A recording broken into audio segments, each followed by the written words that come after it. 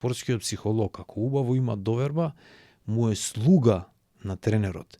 Значи, спортскиот психолог е тој кој што проверува, тренерот ќе ти дае задача, тоа, и ти проверуваш. Ама мора тренерот и директорот на клубот да бидат со увото отворени, за што ќе се врати како фидбек. Не мора се да прифатат, ама мора да бидат отворени.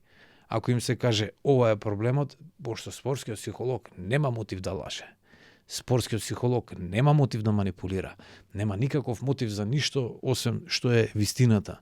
Бидејќи, ако сакаме да станеме шампиони, мораме многу мали работи да смениме, а тие некои од работи што треба да се сменат, некои од директорите се вака фатени за нив. Некои од тренерите се вака фатени за нив.